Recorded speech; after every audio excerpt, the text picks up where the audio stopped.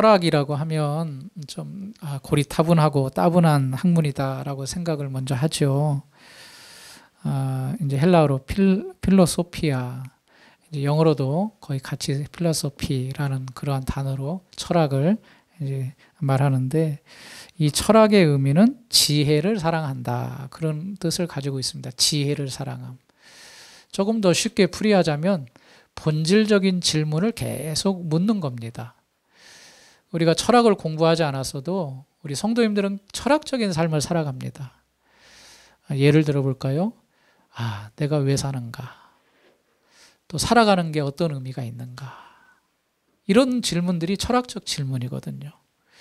이 땅에 태어난 사람이라면 이런 생각들을 계속하면서 어릴 때는 어릴 때대로, 또 청년이 되어서는 청년들대로, 또 이제 중년이 되고 장년이 되면 그 나이에 그런 고민과 또 질문들을 하면서 살아가는 게 바로 인생인 것 같습니다.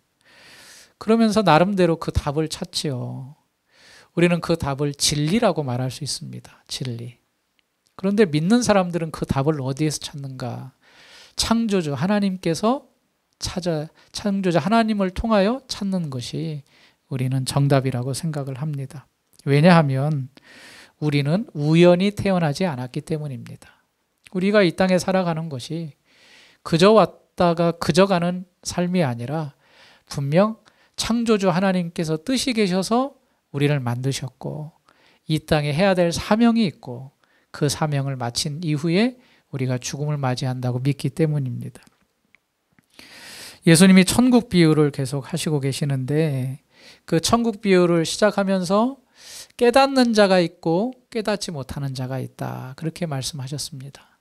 그 비밀을 아는 것을 허락하는 자가 있고, 허락된 자가 있고, 또 허락받지 못한 자가 있다라고 말씀을 하셨지요. 예수님께서 모든 무리를 향하여 비유를 말씀하신 이후에 그 비유에 대한 뜻을 이후에 제자들에게 풀어 설명을 하십니다. 그러니까 모든 사람이 다 비유를 듣지만 그 비유를 다 깨닫는 건 아니었습니다. 일부의 사람들, 허락된 사람들만 깨닫고 알게 되는 거죠. 그런 면에서 보면 제자들은 하나님께 은혜를 입었고 그 비밀을 깨닫는 자에 속하였다, 그렇게 생각할 수가 있습니다. 지금까지 천국 비유를 통하여서 천국은 어려움이 있지만 성장하는 곳이고, 또 천국은 작은 것이지만 결국에는 완성될 것이고, 또 한 가지 기억해야 될 것은 이런 천국에는 완전함이 아니라 불완전하다.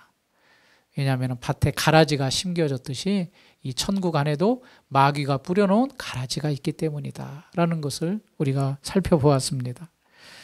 이처럼 하나님의 나라는 점점 커져가고 확장되어져 가고 성숙해져 가는데, 마귀가 그 안에서 우리를 해방하는 일들을 오늘도 또 여전히 계속될 것이다 라는 것을 우리가 기억해야 됩니다. 오늘 천국 비유 가운데도 두 비유를 살펴볼 텐데, 이 비유는 천국의 또 다른 특징들을 설명해 주고 있습니다. 오늘 이 비유를 통하여 그 천국이 어떤 의미를 갖고 있는가를 깨닫고 함께 하나님의 음성을 듣는 귀한 시간이 되시길 바랍니다. 오늘 비유도 익숙한 비유, 또 많이 들었던 본문이죠. 두 개의 비유가 있습니다. 첫 번째 비유를 보면 천국이 감추인 보화와 같다, 이렇게 말씀을 하고 계십니다. 44절을 한 목소리로 같이 읽겠습니다. 44절 시작.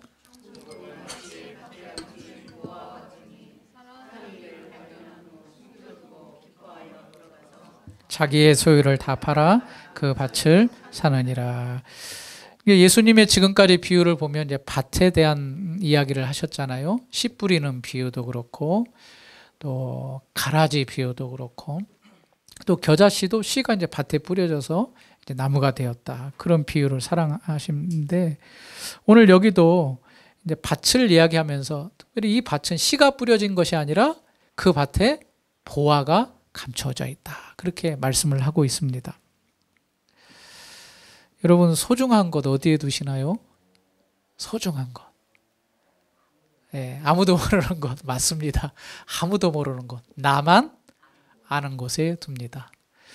뭐 많은 돈도 있을 테고 거기에는 금도 있을 거고 또 뭐 여러 가지 보화들이 있죠.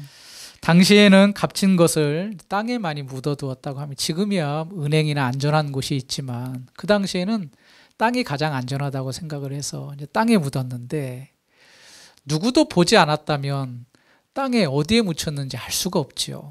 땅에 묻은 사람만이 그 보화가 숨겨진 곳을 알 수가 있습니다. 오늘 천국이 마치 밭에 감추인 보화다 그렇게 말씀을 하고 있습니다. 여기 보화라고 하는 것은 이제 보물이라고 말할 수도 있는데 이 보물은 여러분들 다 원하는 거잖아요. 갖고 싶어 하는 것. 보물을 주면 마다할 사람이 있을까요? 나 그거 싫습니다. 한 사람도 없을 겁니다. 이 말은 예수님이 이제 그 비유를 통하여서 천국이 보화처럼, 즉 보물처럼 아름다움과 영광과 가치를 가진 곳이다라는 것을 우리에게 먼저 말씀해 주고 있습니다.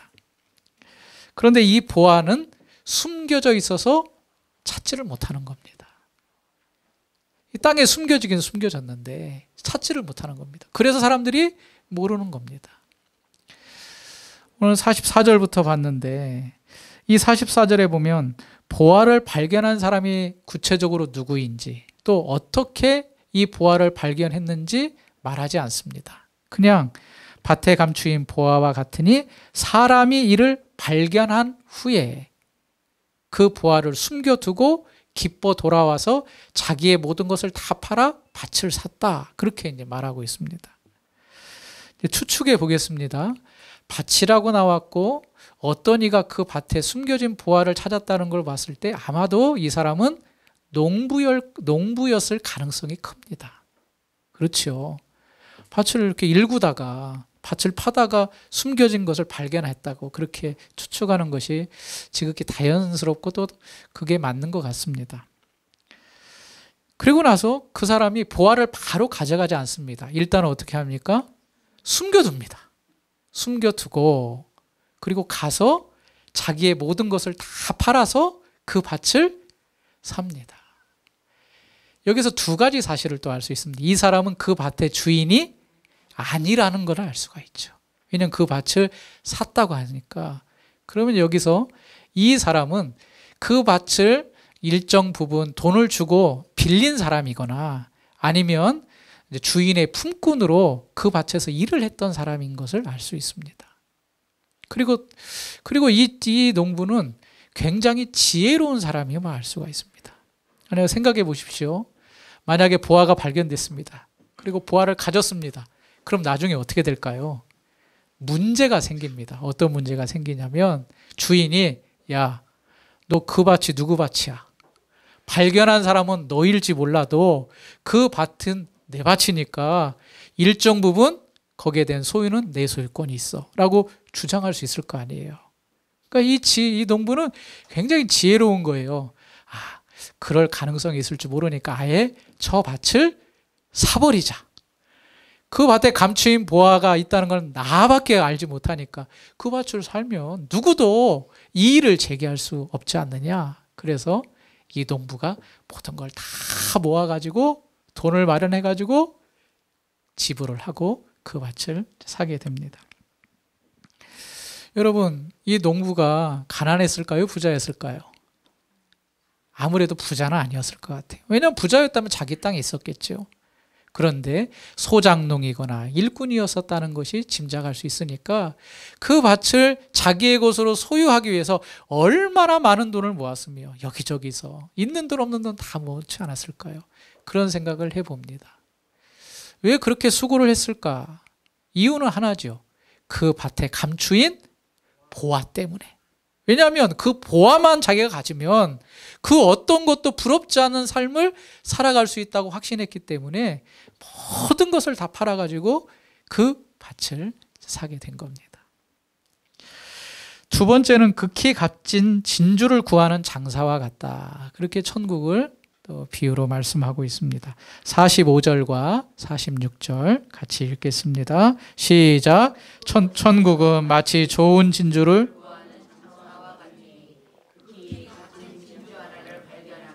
가서 자기의 소유를 다 팔아 그 진주를 사느니라. 여기 진주를 팔고 사는 장사와 같다. 그렇게 말씀을 하고 있는데 여기에 말하는 장사는 단지 금은방을 이렇게 조그맣게 마련해서 오는 손님들에게 이렇게 이제 진주를 파는 그런 소상공인을 말하는 뜻이 아닙니다. 여기에서 말하는 진주를 구하는 장사는 소위 말하는 큰 손들입니다. 큰 손들. 우리가 여기 종로 3관가 5관가 가면 금은방들 많이 있잖아요.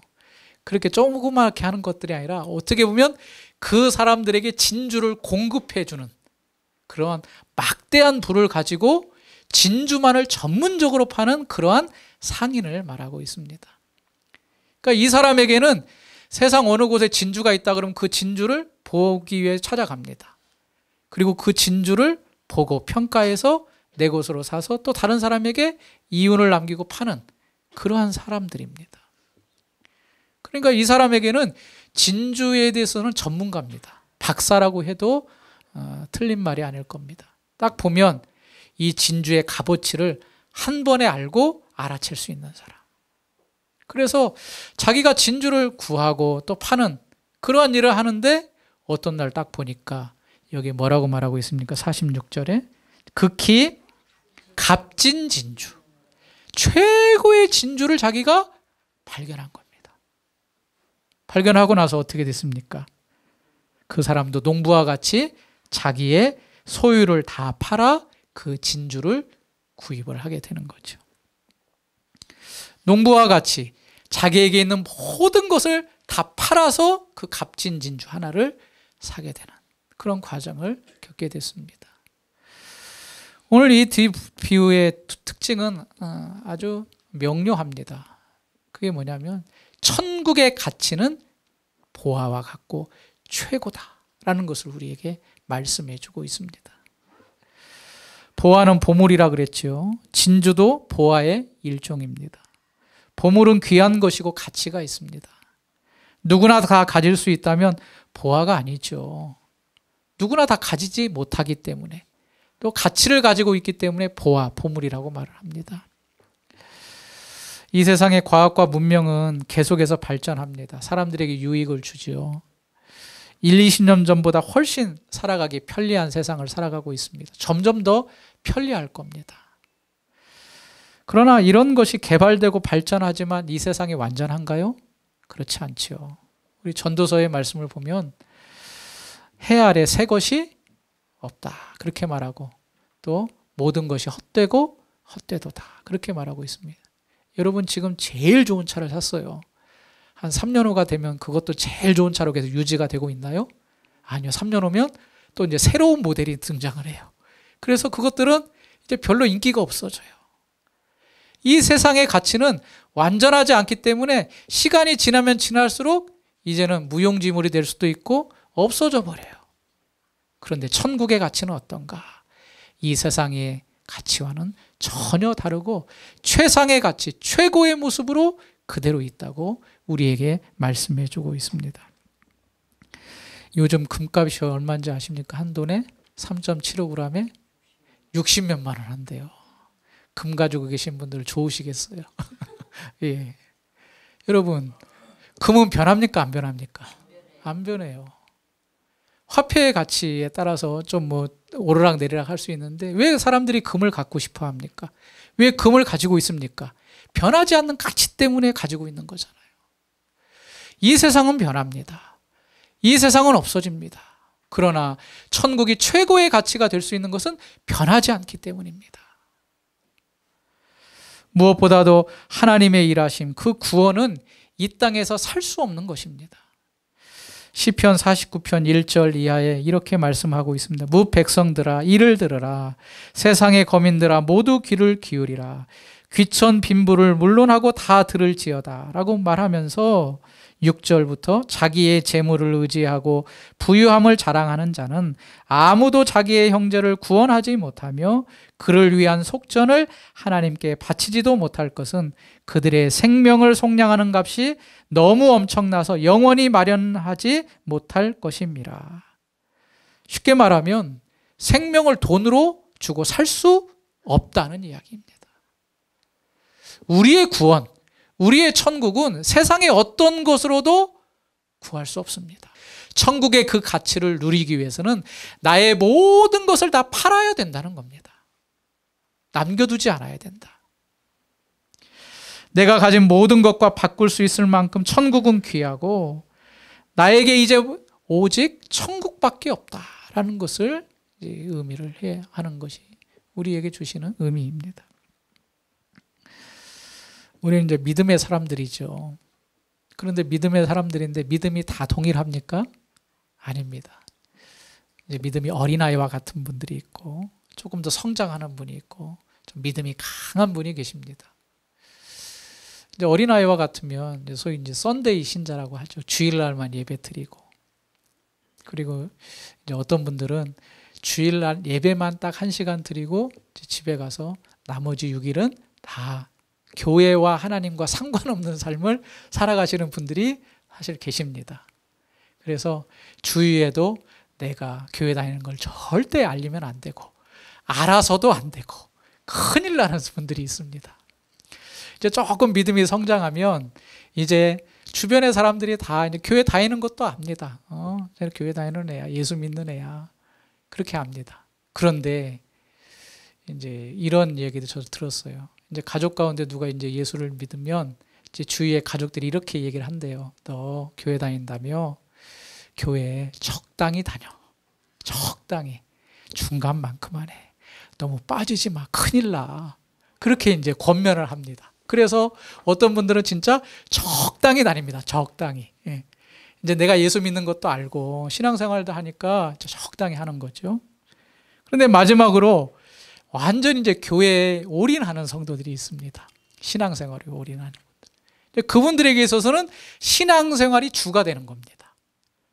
이 세상의 삶은 사실 부수적인 것이고, 이 세상에 있는 삶을 살지만 오직 하나님과 교회와 진리와 말씀에 나의 삶을 다 들여가며 하루하루를 살아가는 그런 분들이 있는 거죠.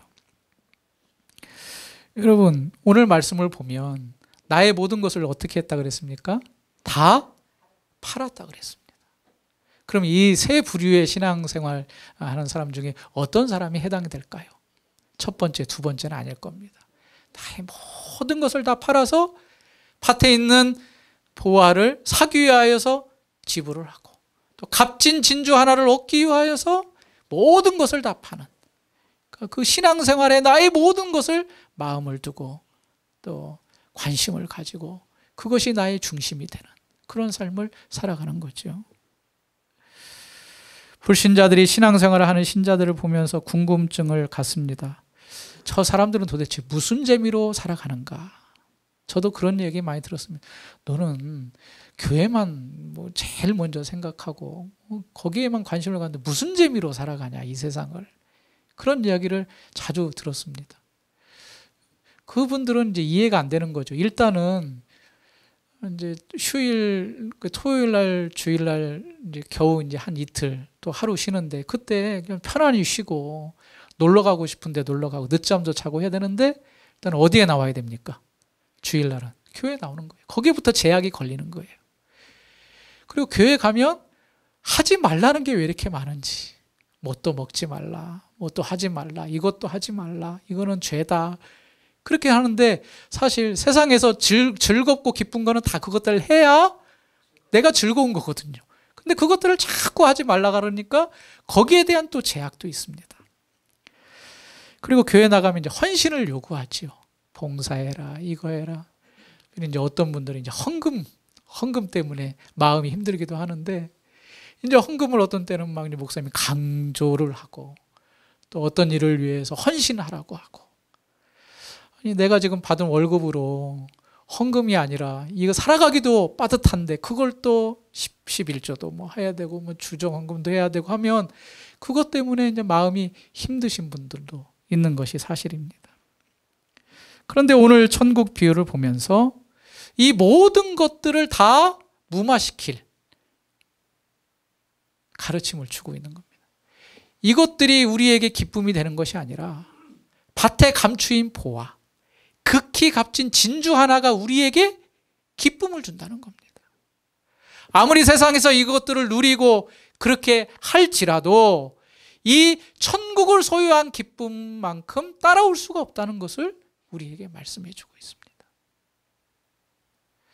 파라오고 나오기는 여러분들이 이런 기쁨을 소유하길 간절히 바랍니다. 세상에서 누리고 원하고 그것들보다도 천국이 가장 가치 있고 값진 것일 뿐만 아니라 그것이 주는 본질적인 기쁨이 우리에게 있다면 그것을 우리의 모든 것을 다 팔아 소유하길 원하고 누리길 원하는 성도들이 되길 간절히 바랍니다. 그래서 신앙생활은 중간지대가 없습니다. 이쪽은 좀 세상에 두고 이쪽은 주일날은 교회에 두고 이쪽으로 갔다가 하는 것이 절대 안 됩니다. 오늘 천국 비유를 통해 우리에게 말하고 있는 겁니다. 너희들 세상에 있는 모든 것 다 팔아라. 그것들보다 더 값진 것이 천국이고 귀한 것이 천국이다. 그 천국을 소유함으로 너희가 참된 기쁨과 만족을 얻을 수 있다라고 우리에게 가르치고 있습니다.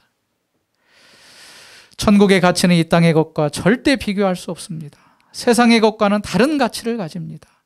내 것을 모두 팔아야 됩니다. 그렇다면 나에게 남은 것은 뭡니까? 이제 모든 걸 다 팔았다면 나에게 남은 건 뭡니까? 밭에 있는 보화와 극히 값진 진주밖에 없습니다. 그러나 그것이 우리에게 기쁨이 되는 겁니다. 그것이 우리의 만족이 되는 겁니다. 세상이 만족을 주는 것이 아니라 천국 자체가 우리에게 기쁨과 만족이 되는 겁니다. 그 힘으로 우리가 살아갈 수 있게 되는 겁니다. 그러니까 세상 사람들은 이해할 수가 없는 거예요. 모르는 거예요. 누구만 압니까? 은혜를 받은 자만, 하나님의 특별히 허락하심을 받은 자만 우리가 그것을 누리며 만끽할 수가 있는 겁니다. 그래서 세상 사람들이 재미없다 하지만 우리는 더 재미있고 더 기쁘고 더 충만한 겁니다. 사실 세상의 일들을 해보셔서 알겠지만 그때는 즐겁지만 지나면 어때요? 허무하고 후회돼요. 그런데 천국의 일은 절대 후회가 없어요. 여러분들이 이 자리에 오늘 예배드리고 오셨지만 예배드리러 오기까지 어떤 생각이 돼요? 갈까 말까, 갈까 말까. 오늘은 쉴까? 한 번 쉬어도 괜찮겠지. 빠지지 뭐. 내가 한 달에 3번 가고 한 번 쉬는데 목사님도 이해하겠지. 물론 저 이해합니다. 그런데 그 기쁨을 안다면 이 자리를 사모하게 돼 있어요. 기다려지는 거예요. 또 이 말씀을 통하여 예배를 통하여 은혜를 받고 충만해지는 거예요. 그리고 그 힘으로 세상을 살아가는 겁니다. 이게 바로 신앙생활의 신자의 원리가 되는 겁니다. 제가 주중에 어떤 성도님이 이런 말씀하셔서 참 감동을 드렸는데 기도하러 이렇게 한 계단 한 계단에 올라올 때 그 기다려진다는 그 기쁨을 듣고 야, 이게 바로 천국의 기쁨이구나. 우리 귀한 이 자리의 모든 성도님들 갈팡질팡하지 마시고 그 천국의 기쁨과 보화를 맛보며 기대하는 그런 신앙생활을 살아가는 성도들이 다 되시길 바랍니다. 성경에 보면 이렇게 살아간 많은 사람들이 있습니다. 우리 구약의 다윗을 예로 들어보면 다윗이 이런 고백을 합니다. 시편 16편 2절 내가 여호와께 아뢰되 주는 나의 주님이시오니 주 밖에는 나의 복이 없다 하였나이다. 주 밖에는 나의 복이 없습니다.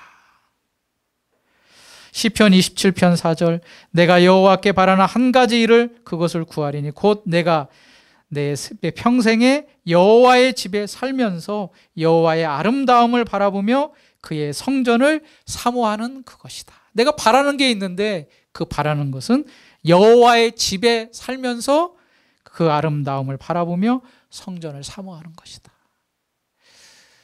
그리고 고라 자손의 시가 하나 있는데 이것 여러분 많이 들어보셨을 것입니다. 시편 84편 2절에 주의 궁정에서의 한 날이 다른 곳에서의 첫날보다 낫다.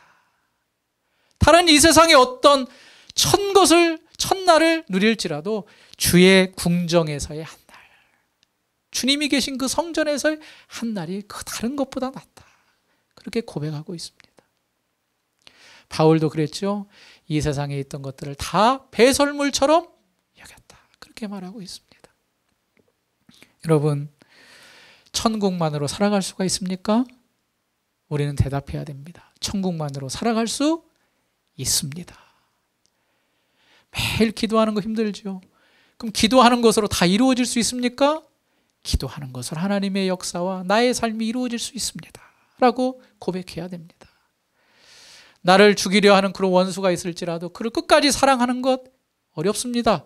그러나 천국은 끝까지 사랑하라고 그랬고 그를 용서하라 그랬습니다.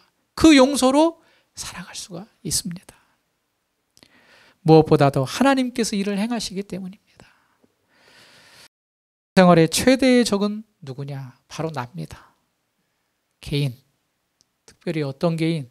고집과 아집으로 가득 찬 나. 포기하지 않고 계속해서 나를 주장하면 나에게 천국은 없습니다. 나를 내려놓고 나를 죽이고 나의 모든 것을 다 팔아서 하나님 한 분께만으로 그 가치를 집중시키는 것. 그때에 우리에게 천국이 임하고 보화가 나에게 임하고 또 값진 진주의 가치가 나에게 임하게 되는 것입니다. 이렇게 살아가는 귀한 성도님들이 다 되시길 바랍니다. 마지막으로 구약에 있었던 야곱과 에서의 이야기를 하나 하겠습니다. 구약에 있는 그 족장 중에 야곱을 잘 알고 계시죠? 야곱은 형을 속였던 사람입니다. 형이 막 밖에 나가서 열심히 막 그 짐승을 잡고 돌아오면 이제 배가 고팠는데 이제 야곱은 상당히 이제 어머니와 함께 집에서 이제 집안일을 잘하고 약간은 소극적이고 내성적인 그런 성격을 가지고 있었던 것 같아요. 막 배고프니까 빨리 음식을 이제 달라는 거예요. 이때 야곱이 뭐라고 그러죠? 당신이 형인데 그 장자권을 나에게 좀 이 죽 한 그릇 팥죽 한 그릇 바꿉시다. 그랬더니 이 에서가 지금 배가 고파 죽겠는데 이제 장자권이 문제야 하면서 죽하고 바꿔버립니다. 그리고 또 하나의 사건이 있죠. 이제 아버지가 죽기에 앞서서 축복을 해야 되는데 그 이야기를 엄마랑 살짝 듣고 이제 형이 나간 사이에 고기를 만들어 가지고 아버지가 줄 축복, 형에게 준 축복을 자기가 받아버린 거죠. 그러니까 그 사실을 알고 이제 형이 죽이겠다고 하니까 외삼촌 집 저 밭다람으로 도망가서 20년 동안 거기서 결혼도 했지만 고생이라는 고생은 다 하면서 다시 이제 돌아왔던 삶이 이제 야곱입니다. 그래서 야곱의 별명이 속이는 자, 꿰는 자. 아무튼 이 술수가 강하고 좀 이렇게 교묘하면서 이제 그런 자기 생각 중심적인 이 야곱이었습니다. 그런데 이제 말라기에 보면 하나님께서 야곱은 사랑하시고 에서는 사랑하지 않으셨다. 그렇게 말씀을 하고 있습니다. 말라기 1장 2절에 나 여호와가 말하노라 에서는 야곱의 형이 아니냐. 그러나 내가 야곱을 사랑하였고 에서는 미워했다. 그렇게 말하고 있습니다. 그러니까 오늘 비유로 말하면 천국의 비밀이 허락된 자는 야곱이고 허락되지 않은 자는 에서라는 겁니다. 아유, 그가 꾀가 많았으니까 장자의 명분 것도 빼앗고 형이 받을 축복을 빼앗았겠지. 그리고 인간적으로 생각하면 그런데 성경의 전반적인 것을 보면 이 야곱은 인간적으로 그런 게 뛰어난 머리를 가지고 있었지만 그것을 영적으로 해석하면 하나님의 사랑을 입은 자로서 하나님의 나라를 사모했던 자입니다. 그러니까 자기가 차자로 태어났지만 그 장자권을 원했고 또 하나님의 축복을 간절히 바라면서 그렇게 교묘하게 어머니랑 짜고 축복을 받은 거거든요. 그래서 히브리서 12장 16절 말씀에 이렇게 말합니다. 음행하는 자와 혹 한 그릇 음식을 위하여 장자의 명분을 판 에서와 같이 망령된 자가 없도록 살피라. 그러니까 에서는 하나님의 축복이든지 장자권이든지 별 의미가 없어요. 그냥 이 세상에서 잘 먹고 잘 살면 되는 거예요. 그런데 야곱은 그렇지 않았다는 거예요. 하나님의 사랑을 입은 자로서 하나님의 축복을 자기가 받기 싶을 원했고 그 축복 가운데 누리기를 원했다는 겁니다. 여러분, 우리는 하나님의 천국을 소유한 자잖아요. 그냥 나는 천국 가니까 걱정 없어 그렇게 하는 것이 아니라 야곱과 같이 천국을 사모하고 천국을 누리기 위해서 오늘도 내일도 천국만으로 만족하는 삶을 위해서 천국만을 바라보며 살아가는 존재가 되어야 된다는 것을 우리에게 말씀해 주고 있습니다. 바라옵고 나옵기는 여러분들이 천국을 소유했다면 그 천국의 기쁨을 간절히 누리시길 바랍니다. 오늘 말씀의 제목이 뭡니까? 여러분 독실한 기독교인입니까? 독실하다. 그런 말 자주 들으시잖아요. 저분 참 독실한 기독교인이야. 이 독실하다는 뜻이 믿음이 두텁고 성실하다는 뜻입니다. 말하기는 여러분들이 하나님만을 나의 하나님으로 섬기고 천국을 소유한 이상 이 세상의 것에는 우리의 마음을 두지 않고 기준을 두지 않고 그 보아와 값진 진주를 얻은 상인과 농부처럼 거기에 나의 삶을 두고 그 하나만을 위해서 달려가는 그러한 신실하고 독실한 하나님이 기뻐하시는 하나님의 자녀로 서가는 우리 주안의 교회 모든 성도님들이 되시길 주님의 이름으로 축원합니다. 디모데후서 4장 7절 말씀, 나는 선한 싸움을 싸우고 나의 달려갈 길을 마치고 믿음을 지켰으니 이제 후로는 나를 위하여 의의 면류관이 예비되었으므로 주 곧 의로우신 재판장이 그날에 내게 주실 것이며 내게만 아니라 주의 나타나심을 사모하는 자에게 도니라. 우리가 천국을 소망한다면 의의 면류관이 예비되어 있습니다. 그 주실 상급을 바라보며 오늘도 주님을 굳게 믿고 신실하게 천국만을 사모하며 살아가는 성도들 되시길 주님의 이름으로 축원합니다. 하나님 아버지 감사합니다. 우리가 세상과 하나님을 이리저리 같이 섬기지 못합니다. 오직 하나님만을 따라가며 살아갈 수 있도록 은혜를 허락하여 주시고 천국의 삶만으로도 만족하며 기쁨으로 그 기쁨 가운데 승리하는 저희들 되게 하여 주옵소서. 예수님 이름으로 기도하옵나이다. 아멘.